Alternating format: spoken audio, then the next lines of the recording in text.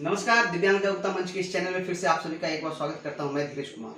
दोस्तों, आए दिन हमारे दिव्यांग बंधुओं को एक समस्या हो रही है कि वे जब अपना यूडीआईडी कार्ड का फॉर्म अप्लाई करने के लिए जाते हैं तो उन्हें एक यूडीआईडी कार्ड का फॉर्मेट दिया जाता है और उनको बोला जाता है कि आप इसको भर के आप हमें दें। उसके बाद आपका यूडीआईडी कार्ड ऑनलाइन होगा।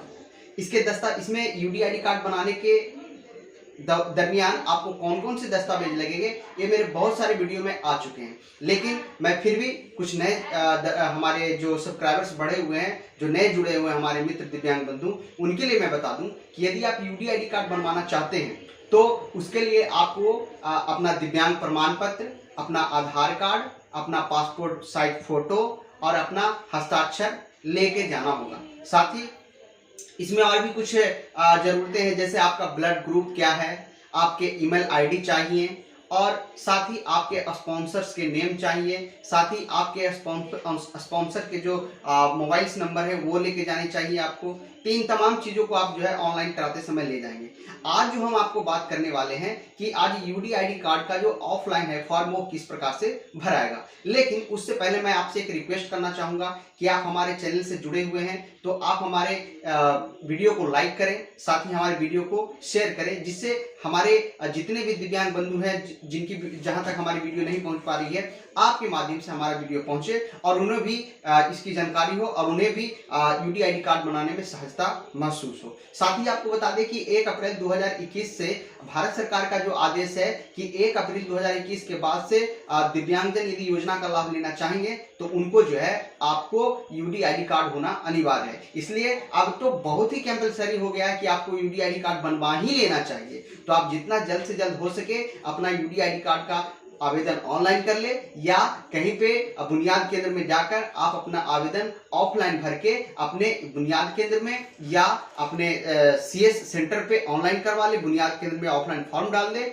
आप इस तरह से आप अपना यूडीआईडी कार्ड किसी भी प्रकार से किसी भी जगह से आप जो है जहां से संभव हो वहां से आप बनवाएं और इसका बनवाने के बाद आप जो है आगे की प्रक्रिया करें और तभी आपको योजना का लाभ मिल पाएगा। तो आइए आज इस वीडियो के माध्यम से जानते हैं। वीडियो स्किप नहीं करना है, वीडियो को आप पूरा देखें, तब आपको समझ में आएगा कि यूडीआईडी कार्ड का फॉर्म कैसे भराता है। आज मैं विस्तृत रूप से आपको बताऊंगा कि यूडीआईडी कार्ड का फॉर्म किस प्रकार से भराता है। तो आइए बिना विलंब के हुए मैं आपको बताता हूँ कि यूडीआईडी कार्ड का फॉर्म किस प्रकार से। दोस्तों, आज हम जो है आपको ये यूडीआईडी कार्ड का जो फॉर्मेट है जहाँ से आपको इसको ऑफलाइन भर के आपको बुनियाद केंद्र में या सीएस सेंटर से या वसुधा केंद्र से जहां भी ऑफलाइन फॉर्म आपको यूडीआईडी कार्ड का भर कर मांगा जाए तो आपको घबराने की कोई बात नहीं है, किसी से पूछने की कोई ज़रूरत नहीं है। आप वीडियो को पूरा देखें, पूरा वीडियो देखने में आपको समझ में आ जाएगा कि आप किस प्रकार से अपना यूडीआईडी कार्ड अर्थात यूनिक डिसेबिलिटी आईडी को उसका फॉर्म ऑफलाइन किस प्रकार से हम भर सकते हैं। सर्वप्रथम आप यहाँ पे देख रहे हैं पर्सनल डिटेल्स के बारे में बता दो। इसमें जो भी आपके पर्सनल डिटेल्स होते हैं, जैसे एप्लीकेंट नेम है। एप्लीकेंट नेम मतलब होता है कि जिस आवेदक का ये बन रहा है उसका नाम होना चाहिए। अब यहाँ पे जैसे दिया है फर्स्ट नेम, तो फर्स्ट नेम जैसे कि आप लोग जानते हैं कि मेरा नाम धीरज कुमार है, तो यहाँ मैं लिखूंगा अपना नाम धीरज कुमार, ठीक है, DHEERAJ, धीरज हो गया। अब उसके बाद यहाँ मिडिल नेम, जैसे मेरा बीच में कोई नाम रहता कि धीरज कुमार शर्मा, तो है हम कुमार डालते हैं और यहाँ पे हम शर्मा डालते हैं, लेकिन मेरा नाम भी मिडिल नेम नहीं है तो डायरेक्ट हम यहाँ पे सरनेम डालते हैं कुमार, ठीक है। तो यहाँ धीरज कुमार मेरा हो गया। अब जो दिव्यांग लोग हैं उनको लग रहा है कि नहीं हम हिंदी में लिख पाएंगे, तो वो अपना नाम इंग्लिश में ना लिख के यहाँ पर अपना लिख देंगे। जैसे मैं यहाँ लिख रहा हूँ धीरज और यहाँ पर आपको कर देना है फिर कुमार, ठीक है। चलिए, हो गया। अब आगे बढ़ते हैं। यहाँ पर दूसरा ऑप्शन आपको दिया है फादर्स नेम। तो फादर्स नेम के बारे में आपको मालूम है, फादर्स नेम माने आपने जिस व्यक्ति का आवेदन किया जा रहा है उनके पिताजी का नाम, जो उनके पिताजी का नाम होगा वो अपना लिख लेंगे। जैसे जो भी हो, जैसे हमारा नाम है पिताजी का नाम, तो इंग्लिश में भी आप लिख सकते हैं, यहाँ पर आप लिख सकते हैं नरेश, भी हिंदी में लिखना चाहेंगे तो नरेश विश्वकर्मा मैंने अपना लिख लिया, ठीक है। उसके बाद फिर इसको इंग्लिश में भी लिखना चाहेंगे तो लिख देंगे, क्योंकि जब ऑनलाइन फॉर्म होता है तो उसमें हिंदी फॉर्मेट भी मांगता है और इंग्लिश फॉर्मेट भी मांगता है। तो नरेश लिख दिए और यहाँ हो गया विश्वकर्मा, ठीक है, ये हो गया आपका विश्वकर्मा, ठीक है। अब यहाँ देखिए माता का नाम, तो यहाँ माता का नाम, अब मैं पूरा डिटेल्स नहीं भर पाऊंगा, थोड़ी थोड़ी आपको जानकारी देते चलता हूँ। माता का नाम अपना लिख देंगे, हिंदी में भी लिख देंगे और इंग्लिश में भी दे देंगे अपना माता का नाम। अब यहाँ पे लिखा हुआ डेट ऑफ बर्थ, देखिए ये एक नंबर एप्लीकेंट नेम हो गया, दूसरा फादर्स नेम हो गया, तीसरा मदर्स नेम हो गया, चौथा आपका डेट ऑफ बर्थ हो गया। डेट ऑफ बर्थ में कि जिसका आवेदन आपका किया जा रहा है उसका आपका जन्म तिथि भरना है कि उसका जन्म तिथि क्या है। जैसे किन्हीं का हो सकता है 1/1/1996, 2/4/95, जो भी हो वो अपना लिखना है। फिर उसके हिसाब से आज तक का जो डेट है उस डेट में उनका आयु कितना हो रहा है, ठीक है। जैसे किसी का आपने उम्र डाल दिया कि 1/1/2000, 1/1/2000 आप डाल रहे हैं, जैसे 1/1/2000 आपने डाल दिया डेट ऑफ बर्थ, तो 1/1/2000 के हिसाब से आज तक उनका उम्र कितना हो जाएगा, 21 वर्ष हो जाएगा, 21 ईयर्स। तो यहाँ पे इसको फिल कर देना है, ठीक है। अच्छा, अब यहाँ पे इसको डालना है मोबाइल नंबर। मोबाइल नंबर क्या होगा, तो मोबाइल नंबर में जो भी जिनका मोबाइल नंबर वो तो आप जान भी करते हैं। यहाँ पर हो गया ईमेल आईडी, तो आपको मालूम होगा कि गूगल पर एक अकाउंट बनता है ईमेल आईडी के रूप में, तो जहाँ पे आप पर्सनल डिटेल्स रख सकते हैं, तो ये ईमेल आईडी डाल देना। इसको डालने से फ़ायदा क्या होगा कि यदि आप ईमेल आईडी अपना डालते हैं तो उसमें जो है आपका यूडीआईडी कार्ड जैसे ही जनरेट होगा तो आपको मैसेज आ जाएगा। अच्छा, ये ईमेल आईडी होता है कैसे, कुछ दिव्यांगों को नहीं मालूम होगा, तो उसमें क्या होता है ना कि कुछ नाम होता है, जैसे लिख दिए SOU सोनू, उसके बाद रहेगा @gmail.com। ये जीमेल पे बना हुआ अकाउंट है तो इसलिए gmail.com हो गया। किसी का रेडी पे बना हुआ रहता है तो rediff@rediffmail.com हो गया, ठीक है। अब यहाँ पे आपको फोटो साट के देना, यहाँ पे आपको फोटो साट के देना। अब यहाँ पे आपको जेंडर पूछ रहा है, तो जेंडर में आप मेल हैं, फीमेल हैं या अदर, यहाँ पे ट्रांसजेंडर का भी बनता है, ठीक है। तो आप मेल हैं तो मेल, जैसे हम मेल हैं तो मेल में टिक मार दिए, जो फीमेल होंगी उनको फीमेल में टिक मारते हैं। अब यहाँ मार्क ऑफ आइडेंटिफिकेशन, इसका मतलब होता है कि व्यक्ति का कोई एक ऐसा पहचान होना चाहिए शरीर में जिससे कि व्यक्ति का सही पता चल सके। तो जैसे पहचान चीज, जैसे चेहरे पर तिल का निशान हो गया, या कि चेहरे पर या हाथ में या पैर में कहीं पे कटे का निशान हो गया, कहीं पे जख्म का निशान है, तो उसके हिसाब से आप लिख सकते हैं। जिन लोगों को मालूम नहीं है कि इंग्लिश में क्या लिखते हैं तो वो हिंदी में भी लिख सकते हैं। जैसे किन्हीं को मान के जो पैर में कटा हुआ, तो यहाँ लिखेंगे पैर में कटे का निशान। लेकिन अब यहाँ खाली पैर लिख रहे हैं, तब पैर में भी दो हो गए, बायां और दायां, तो जिनको बायां होगा बायां लिखेंगे, जिनको दायां होगा दायां लिखेंगे। तो हम यहाँ पर लिख देते हैं बायां पैर में कटे का निशान। बाकी जो ऑनलाइन करेंगे वो अपना लिख लेंगे कि a cut mark on the right leg, ठीक है। यहाँ पे आपको सिग्नेचर करवाना है, जो दिव्यांग का यूडीआईडी कार्ड बन रहा है वहाँ पे ये क्या करेंगे, सिग्नेचर करवाएंगे। अब आइए कैटेगरी की बात करते हैं। कैटेगरी मतलब होता है कि आप किस कैटेगरी में पढ़ते हैं। तो कैटेगरी का टाइप होता है, जैसे जनरल हो गया, OBC हो गया, SC है, ST है, ठीक है। तो यदि जिस कैटेगरी में आप पढ़ते हैं उस कैटेगरी में आपको टिक आउट कर देना है कि हम OBC में पढ़ रहे हैं या SC में पढ़ रहे हैं, तो अपना टिक आउट कर देना है। उसके बाद आपका ब्लड ग्रुप हो गया। मैंने पहले ही बोला था कि आपको ब्लड ग्रुप का जरूरत पड़ेगा कि आपका कौन से समूह का है। तो ब्लड ग्रुप में आप O पॉजिटिव है, O निगेटिव है, A पॉजिटिव है, A निगेटिव है, B पॉजिटिव है कि B निगेटिव है कि AB पॉजिटिव है। इन तमाम चीज़ को आपका जो ग्रुप में रहेंगे आप उस तरह का आप उसको कर देना है। अब यहाँ पे आता है मैरिटल स्टेटस, मतलब कि आप विवाहित हैं या अविवाहित।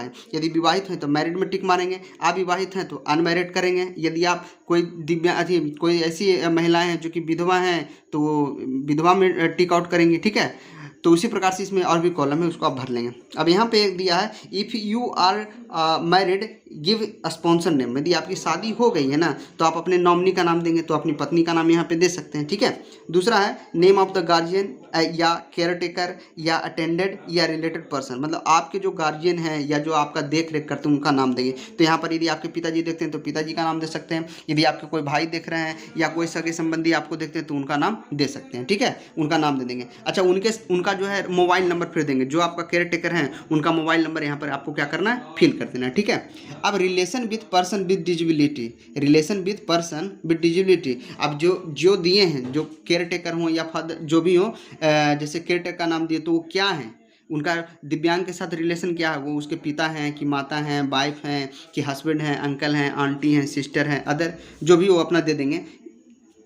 अच्छा, अब आइए आपका एजुकेशनल डिटेल्स। एजुकेशनल डिटेल्स में आपकी पढ़ाई कहाँ है। यदि आप पहला से 5वां तक के हैं तो प्राइमरी देंगे, 5वां से 8वां के 6ठा से 8वां के बीच हैं तो मिडिल या हाई सेकेंडरी हाई प्राइमरी देंगे, या फिर 9वां 10वां में है तो सीनियर सेकेंडरी, फिर 11 12 में तो सेकेंडरी, डिप्लोमा का कोई कोर्स है तो डिप्लोमा, या फिर ग्रेजुएशन कर रखें तो ग्रेजुएशन, या तो PG डिप्लोमा, यदि पोस्ट ग्रेजुएशन कर रखें डिप्लोमा में, पोस्ट ग्रेजुएशन कर रखें तो पोस्ट ग्रेजुएशन, जैसे कि आपका MA MSc हो गया वो पोस्ट ग्रेजुएशन में, डॉक्टरेट अर्थात PG आप कर रखें तो आप डॉक्टरेट में दे देंगे। ठीक है, अभी आपका एक पूरा जो है पर्सनल डिटेल्स जो है आपका यहाँ से पूरा आपका भरा गया। पर्सनल डिटेल्स मैंने आपको भर के बता दिया। अब यहाँ जब पर्सनल डिटेल्स आप पूरा भर लेते हैं तो दूसरा आपका होता है एड्रेस डिटेल्स। ठीक है, अब इस एड्रेस डिटेल्स को हम किस प्रकार से भरते हैं वो देखिए।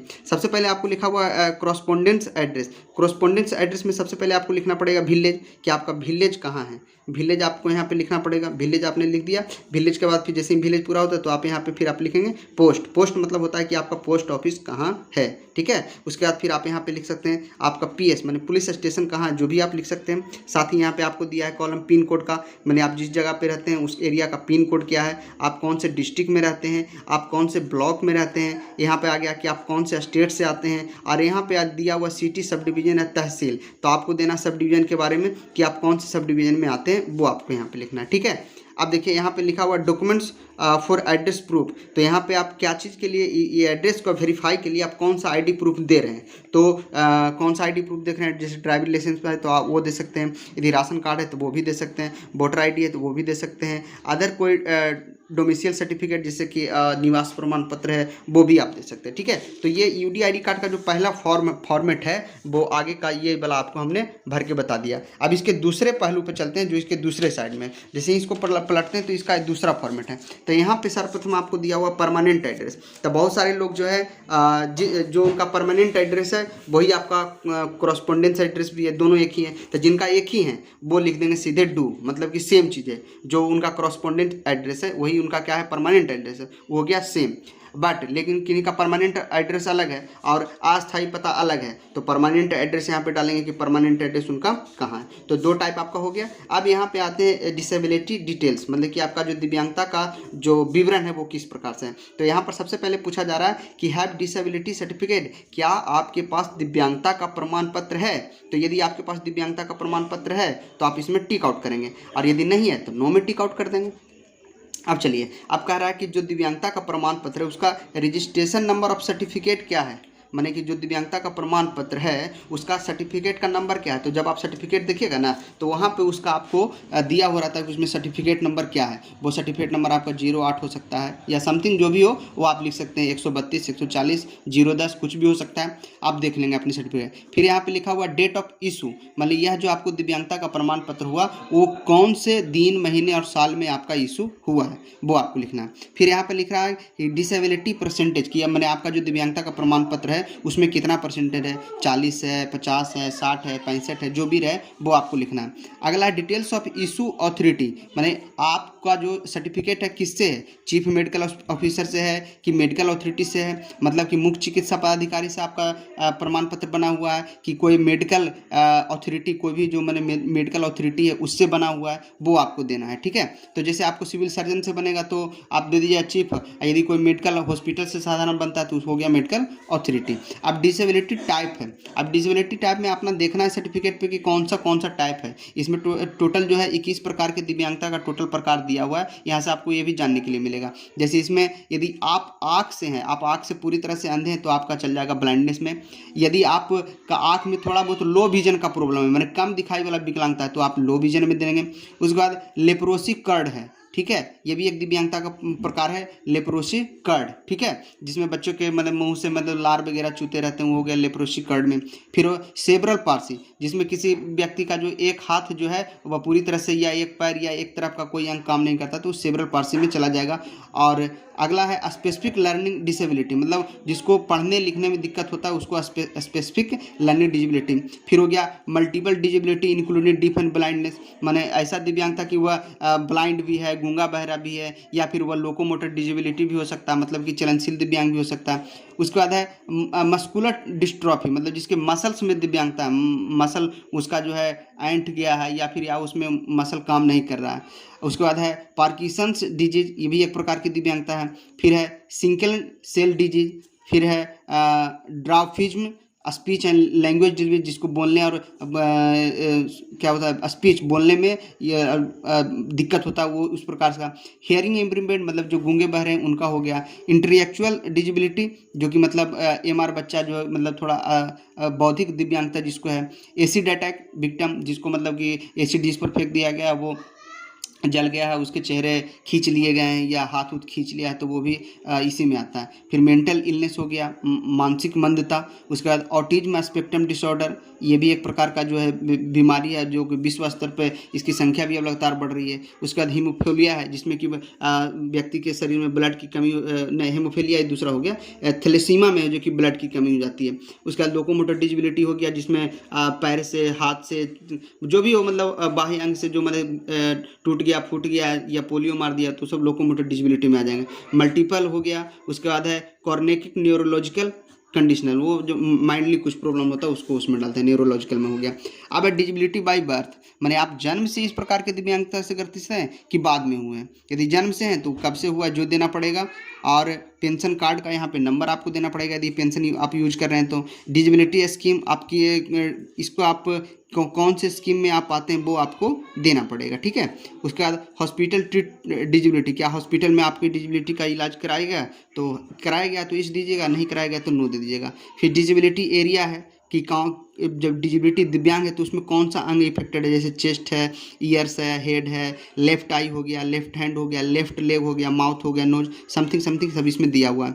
इसके बाद डिसेबिलिटी ड्यू टू, डिसेबिलिटी हुआ कैसे, एक्सीडेंटल हो गया, कंजेंटियल मतलब कि जन्मजात है, या अनुवांशिकता है, माने अनुवांशिकता मतलब होता है कि जो पूर्वज से चला आ रहा है उस तरह का कोई डिजीज आपको हो गया। तो अभी आपने देखा कि डिसेबिलिटी डिटेल्स कैसे हम इसको फुलफिल करते हैं, भरते हैं। अब हमको देखना है एम्प्लॉयमेंट डिटेल्स।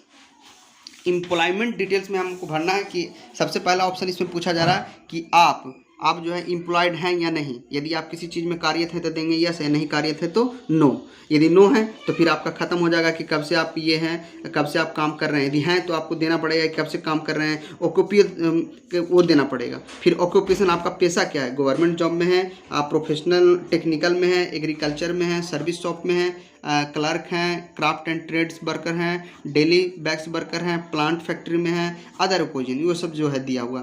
फिर आप बीपीएल में है कि एपीएल में आपको दिखाना पड़ेगा, वो तो आपको मालूम है कि आपके घर में बीपीएल कार्ड है कि एपीएल का कार्ड है, उसके हिसाब से आप इसमें टिक आउट कर देंगे। इनकम के बारे में पूछ रहा है कि आपका पर्सनल इनकम कितना है, 10,000 से ज़्यादा है, 1 लाख से ज़्यादा है, 5 लाख से ज़्यादा है, वो सारा डिटेल। आपके पिताजी का फिर इनकम क्या है उसके बारे में पूछा जा रहा है। फिर आपने अपना नॉमिनी का जो नाम दिया उनका इनकम क्या है, तो वो आप अपने आय के हिसाब से बता सकते हैं, ठीक है। अब जो है हम लोग इसका तीसरा ऑप्शन जानेंगे कि तीसरा, बोलिए।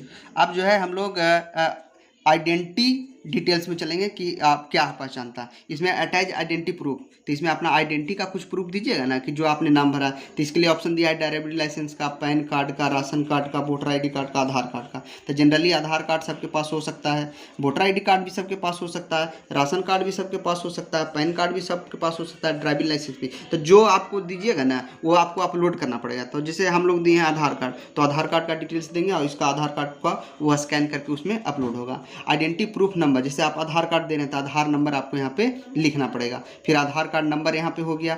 फिर एनी अदर स्टेट, आप किस राज्य से हैं या अदर स्टेट से हैं तो वो आपको लिखना पड़ेगा, ठीक है। यहाँ तक ही हो गया। उसके बाद अपना नाम दे दीजिएगा कि मैं धीरज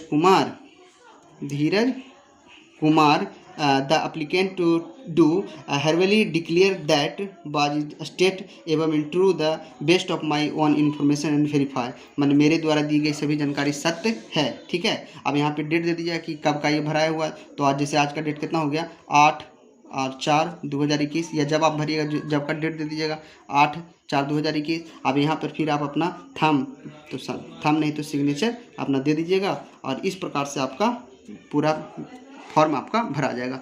तो अभी आपने देखा कि यूडीआईडी कार्ड का ऑफलाइन फॉर्म किस प्रकार से भरते हैं। तो अब बिना विलंब किए हुए आप जल्दी से जल्दी आप अपना यूडीआईडी कार्ड बनवाइए, ऑफलाइन हो या ऑनलाइन हो, जिस प्रकार से भी हो आप अपना फॉर्म भरे और अपना यूडीआईडी कार्ड बना के जल्द से सरकारी योजनाओं का लाभ लेने से वंचित ना रहे। तो जल्द से जल्द अपना यूडीआईडी कार्ड बनाएं। वीडियो अच्छा लगे तो लाइक जरूर करें, शेयर करना ना भूलें।